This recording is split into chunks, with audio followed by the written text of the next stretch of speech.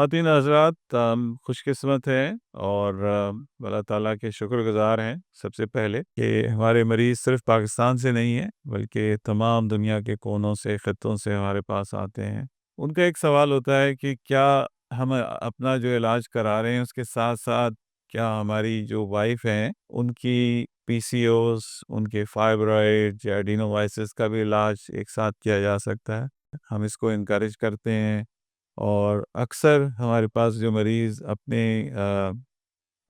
life partners کے ساتھ تشریف لاتے ہیں تو ایز اے کرٹیسی ہم ان کو فری میں ان کی کنسلٹیشن کرتے ہیں، ان کی الٹرا ساؤنڈ فری میں کرتے ہیں